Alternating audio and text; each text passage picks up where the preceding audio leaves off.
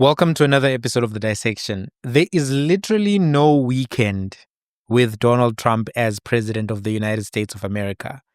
Last time when he was in Trump won, we watched as he caused commotion in America, North Korea, other parts of the world. But in Southern Africa, we were not involved. We could just watch, grab our popcorn, tune in, tune out, as and when we saw fit. This time, however, he has put South Africa in the reality show. We are in Donald Trump Presidential Apprentice. We are in there. Trump 2.0, South Africa is in the season. And it's a lot. This time he's put us in the show 2 a.m., 4 a.m., 6 a.m. You wake up and something has happened with Donald Trump. And this time we're in the whirlwind. We're in the Trump tsunami. We really are. It's a lot. Donald Trump has done a lot in the last 50 days. It's overwhelming. He's a whirlwind and it's affecting South Africa. And this time, something has happened. It's major. The South African ambassador to the United States, Ebrahim Rasool, was declared persona non grata by the U.S. Secretary of State Marco Rubio. And effectively, that expels him from the USA. He's out. Fired. That's basically it. Trump world. It's a lot. Expelling an ambassador is a serious and drastic action. I don't want to understate this. It's not something that's done commonly. Even during the Cold War era tensions, the USA did not typically expel ambassadors from other nations. It is a serious deterioration in democracy and in diplomacy. Diplomacy between two particular countries. It's a deterioration. Marco Rubio expelled Ambassador Ebrahim Rasool from America because he accused him of being a race-baiting politician who hates America and hates Donald Trump. And he was using the remarks which were made by the Ambassador Rasool during a webinar about Donald Trump's political strategy.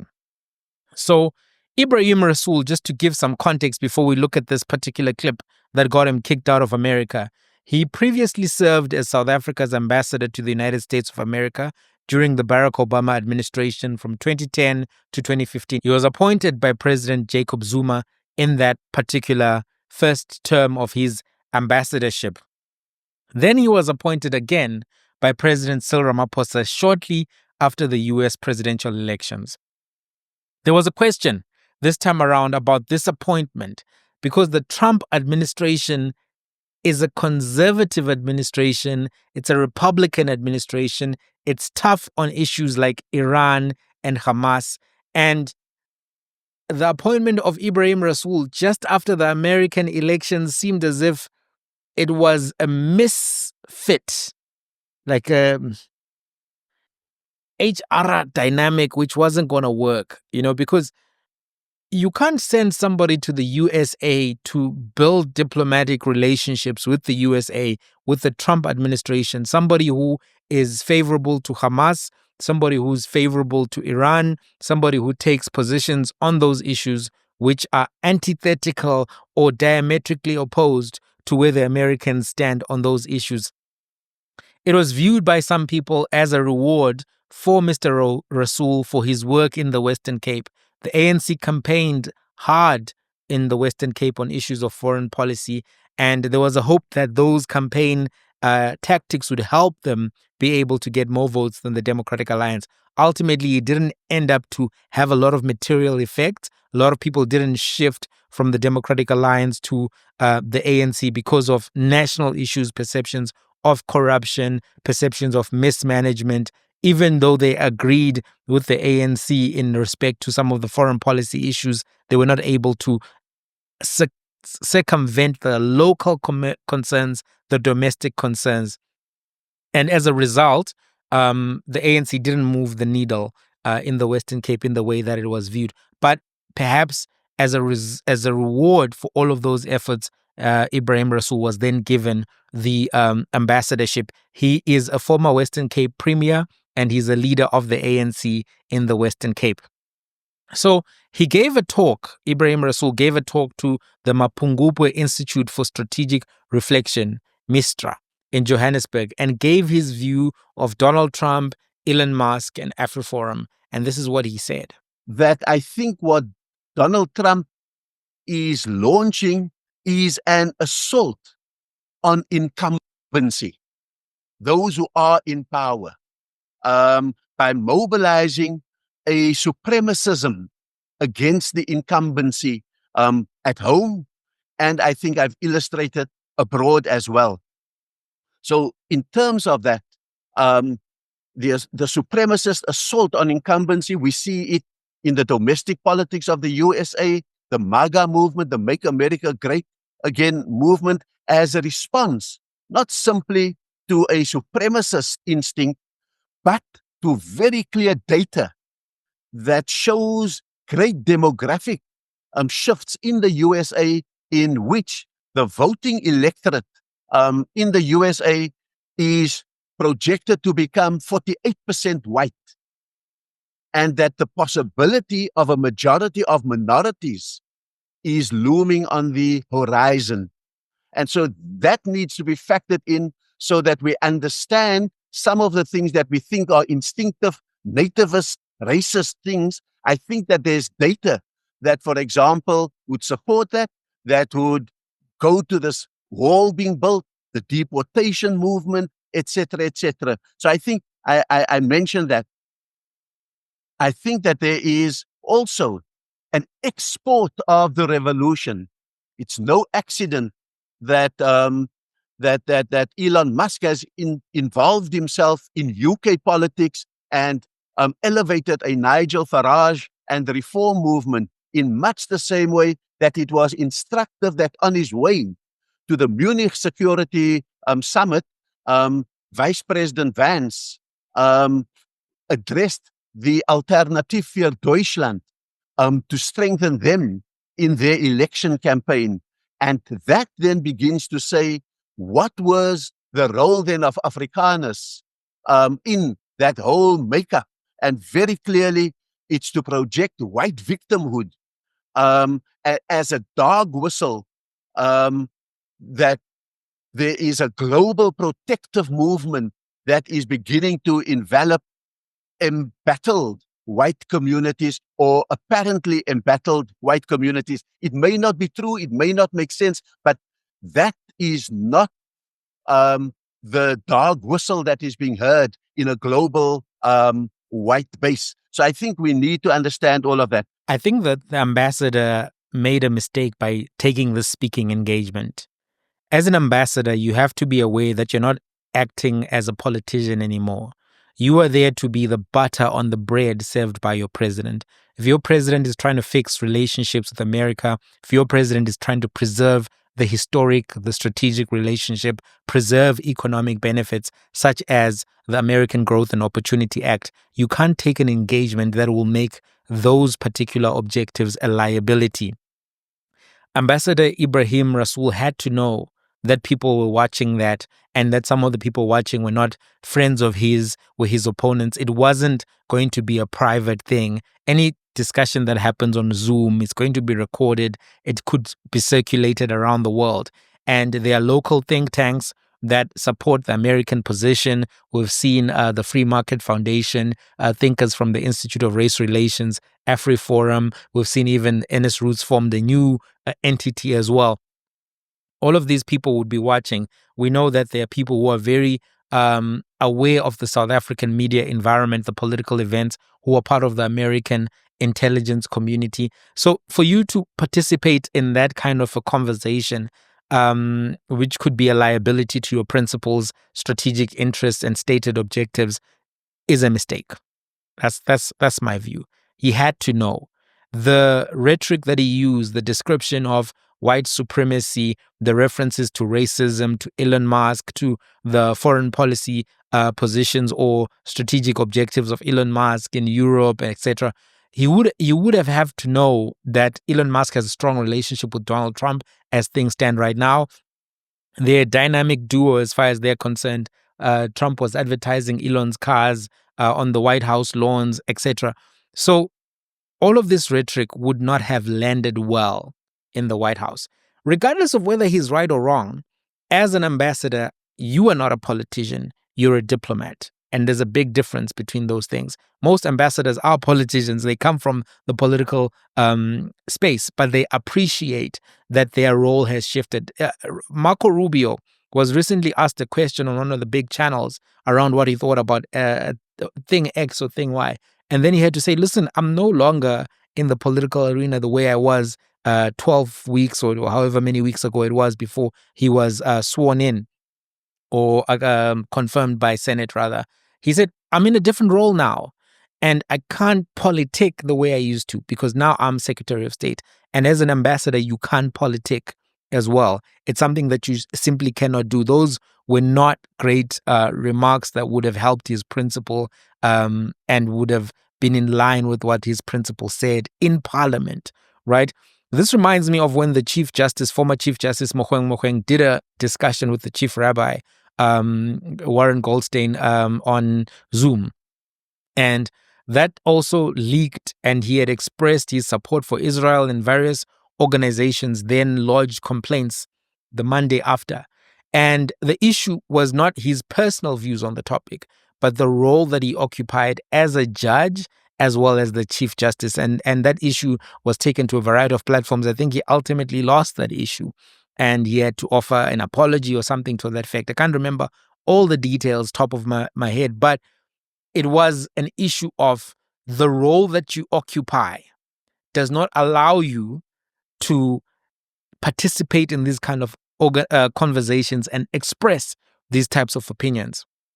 President Cyril Ramaphosa was actually arguing that the ambassador was doing a good job in America and that he was confident about the prospects that he would be successful in dealing with some of the issues which were being raised by members of parliament in the question and answer session with the president.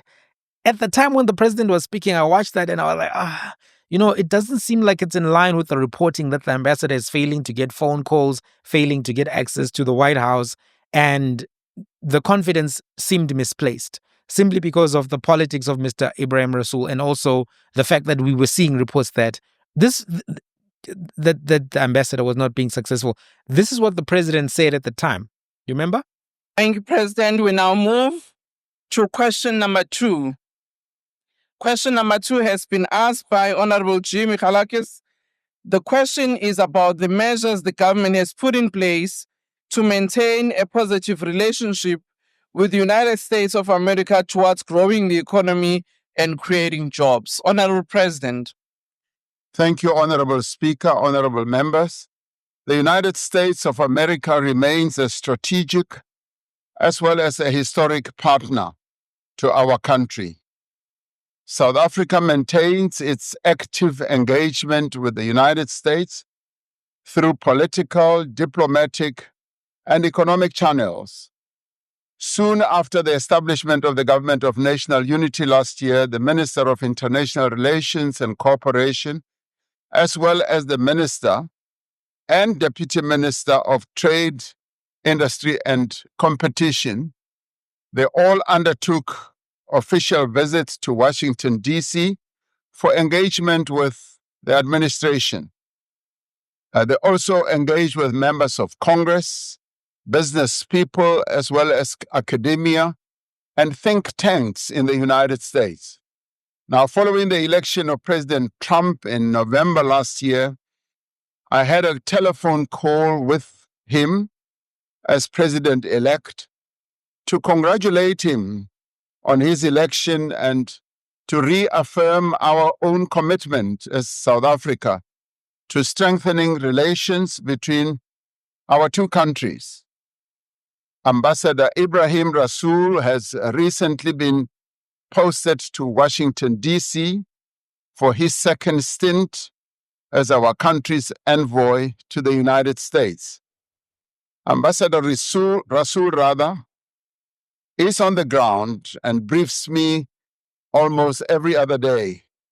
He's on the ground with his team, engaging various stakeholders to underscore the importance of deepening economic, political, and cultural relations between these two historic partners, the United States and South Africa.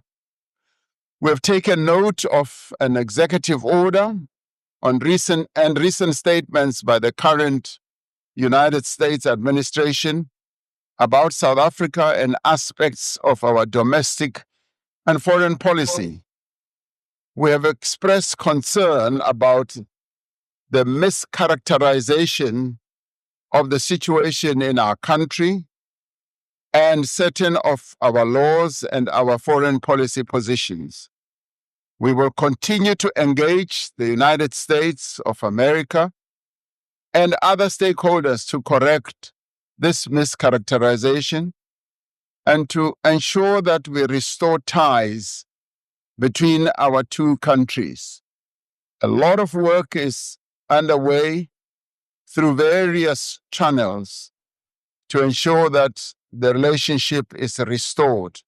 And I'm confident that all the efforts that we're putting in place, both diplomatic, political, and otherwise, will bear fruit. Thank you, Honorable Speaker. In retrospect, it does not seem to me that Ebrahim Rasool was the best choice for the Trump administration. Even before this appointment, he's somebody who's gone on the record as being very critical of the US, very critical of Israel, which is an ally of the United States of America. Right or wrong, those criticisms would not have allowed him or positioned him to be a good diplomat with America, especially if he was going to continue to express those views, which he did. Diplomacy is the art of advancing an idea or cause without unnecessarily inflaming passions or unleashing a catastrophe. That's what diplomacy is all about. It's all about greasing the wheels between nation states and making sure that things don't escalate.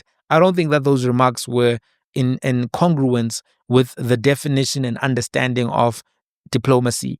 Winston Churchill is attributed with that saying that diplomacy is about being able to tell your enemy to go to hell and have them ask for directions.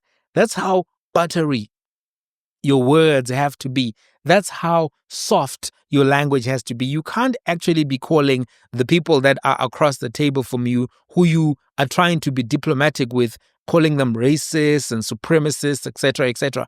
Right or wrong, that is not the right approach to dealing with this particular issue. I don't think that he operated in a way that was going to help his principle. Now, South Africa has reacted to this expulsion already, and the presidency has issued a statement where they said they note the regrettable expulsion of the ambassador. They urged all relevant and impacted stakeholders to maintain the established diplomatic decorum in their engagement with the matter. They said South Africa remains committed to building a mutually beneficial relationship with the United States of America. So you can see there's an understanding that there was a deviation from decorum, a deviation from the norms. The diplomatic decorum is a big thing. The diplomats typically, I remember, when I was in high school doing Model United Nations, I would get so angry about the soft language and you're walking on eggshells all the time. You cannot be a T-Rex dinosaur moving up in a diplomatic forum, breaking things. Can't be a bull in a china shop. You cannot be that. You cannot, even if Donald Trump is that. As a diplomat, you have to move differently, right? But I want to put something to you, and it's going to be a controversial submission. I think that this is actually an opportunity for South Africa and for President Cyril Ramaphosa and even for the Department of International Relations. I think it's an opportunity to appoint somebody who can fix the relationship. As things stand right now, I don't think Ronald Lamola has been playing much of a role. I don't think he's been a big factor in this. I don't think that he should be appointed ambassador. I'm not suggesting that or going in that direction. But I think that the president needs to send someone like Tony Leon. Tony Leon has already served as an ambassador before. He has experience in being that role. And he has a relationship with the front runner for the U.S. ambassador to South Africa, Joel Pollak, because Joel Pollak worked for Tony Leon when Tony Leon was leader of the Democratic Alliance. So that's a controversial opinion because the DA also doesn't like the Expropriation Act. And, they've also been traveling up and down to America, and it may be a way of strengthening their hand in the GNU in a way that could make things more difficult for President Ramaphosa. But if you want somebody to fix the relationship, I think Tony Leon stands a good chance to be able to fix the relationship. Also, even though the DA does not like the Expropriation Act, they don't have the same view on strategy as AfriForum, because AfriForum has been embellishing, has been really trying to push the narrative in a way that would make America really hostile to South Africa. Whereas the DA has been saying, look, there's nobody taking farms unlawfully. The issue of farm murders has been exaggerated by AfriForum, and it has been exaggerated by AfriForum. The DA has kind of distanced themselves from AfriForum since the passing of the Expropriation Act. If you've seen, their movements have not been in congruence or in alignment with AfriForum, even though historically they were, together and they attended that march at the Futrika Monument together. John Steenhuisen was there, the DA leaders were there. But since then, they've kind of like pulled away a little bit because they're trying to work within certain confines, certain realms of rationality and reason. So even though that could be something that weakens the hand of President Ramaphosa a little bit, it could be the right move. Tony Leon is going to be a professional and act on the mandate of his principle. He's not somebody who is likely to go rogue. I don't see that happening, even though some of his rhetoric in the last year or so has been more pushing back to the ANC. He's a senior South African politician who has the gravitas, I think, to be able to handle this. It's a submission. It's food for thought if you're trying to fix the relationship. If you don't care about the relationship, then it doesn't matter. But it doesn't have to be him. It doesn't have to be, it could be someone else. It just has to be someone who understands the American space enough, who has relationships with Americans, who can actually get there and, speak the language and play ball, so to speak, and still be able to play the game with the context of the Republicans in mind. I think it's an opportunity.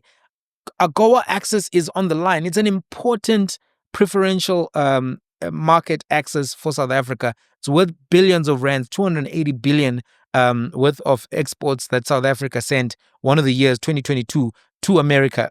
It's a lot of money. It's a lot of money. And to be able to do so duty-free saves the farmers a lot of money, the miners a lot of money. Yes, South Africa has lots of commercial relationships with America, but this could be an opportunity to protect that. I don't think that South Africa right now is in a position where you can just say, no, Japan will close the gap or China will close the gap. Also, can I be honest with you? Can I bring you into my frame of mind? I'm not convinced that China and Russia are good for Africa. I'm not. I'll tell you why. I don't think I agree with their value systems, first and foremost. I think I prefer liberal democracy. I prefer free speech. I prefer equality. I prefer dignity. I don't like this idea that there are big people and oligarchs and better human beings, and then the powerful and the mighty will do what they want and everyone else can just suck marbles. I don't like that idea. I genuinely don't. I also don't like the idea or the reality that sometimes I feel like China and Russia are willing to do deals with evil African leaders just because they'll get something out of it and because it hurts the West. I mean, look at some of the dictators in Africa that Russia and China worked with. Robert Mugabe. Robert Mugabe is accused of committing a genocide. China and Russia worked with him. They did deals with him. They wanted lithium. They would offer loans, etc., etc. When I looked at that, I was like, I don't know. As an African who is just an ordinary African, your participation in collaboration with these autocrats is making Africa worse. That's sometimes how I think about it. China sometimes comes in here, takes minerals, doesn't build schools. Is there a Chinese school in every major city in Africa? No. They come in, they build a road, they build a railway, they take the minerals, and they're like, peace, it's all good in the hood. But where is the skills transfer? Where's the skills transfer? Yes, you were coming in saying, no, the West was too hard on you. The West was putting too many demands. And there were issues with the structural adjustment programs of the IMF and the World Bank. Those criticisms are valid. Some of the regime change agendas of America are also valid criticisms. What happened to Lumumba? Americans need to atone for that. What happened to Lumumba? They are real things. The slaves went to America, the African American community. These slaves were taken from West Africa, taken to America in the main. These are real issues. These are real issues. The treatment of African Americans in America. I have lots of concerns about that. But I also have concerns about China and Russia. I don't want to put them aside and act as if they don't exist. And I'm not a fan of Europe. What I'm trying to say is, in as much as I think Europe, and there's a great book that we're going to look at in the book club. If you haven't signed up for the book club, please do. And that book is How Europe Underdeveloped Africa by Walter Rodney. And there's other books that are about neo-colonialism and trying to understand that. I'm not excited about Europe either. But I actually think I'm least excited about being in the full embrace of China or Russia. I think I am concerned about that. If there's some Chinese business people, diplomats, you want to talk to me, want to have a conversation, change my mind, I'm happy to have that conversation. But as things stand right now, I have some concerns about you. I know the Americans, I know the Europeans and what I'm dealing with, but I'm not always sure that I'm getting benefit from China. This is just me. So all I'm trying to say in this is that, getting back to the main conversation, is that I don't know if you want to fully destroy a relationship with America. I think AGOA is a good deal for South Africa, and you have to try to keep it. I also think there's something we need to be aware of and cautious about. We must keep in mind that when Ronald Reagan won in 1980, the Republicans were in charge for 12 years. The Trump administration may end in 2028, but there's no guarantee that the next administration is going to be from the Democratic Party.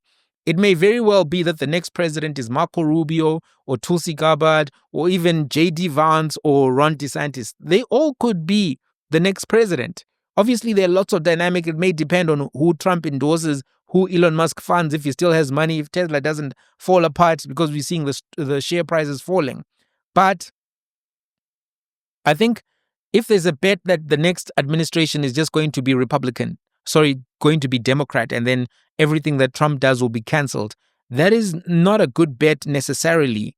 And it's even right now, the Democratic Party looks like it's in shambles. They're all over the place. They're being criticized by the left. They're being criticized by the center for basically surrendering.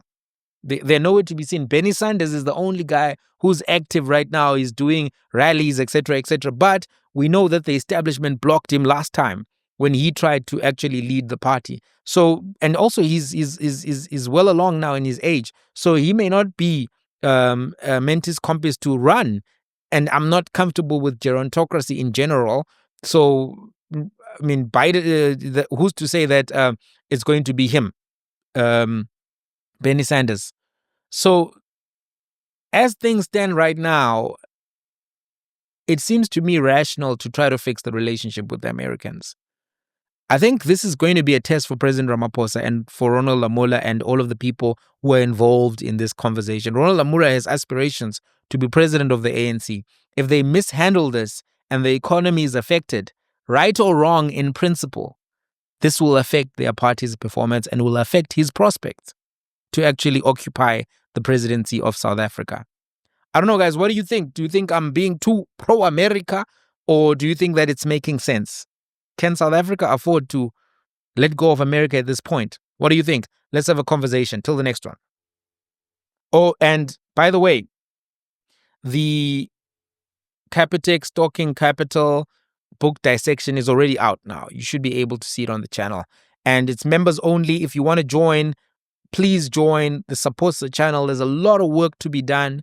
There are a lot of voices trying to control the African trajectory. We need to grow channels such as the dissection all of the other ones that are operational. It's not a competition, it's a collaboration. I'm not competing with anybody. We're trying to actually emancipate ourselves from mental slavery, like Bob Marley said. To the next one.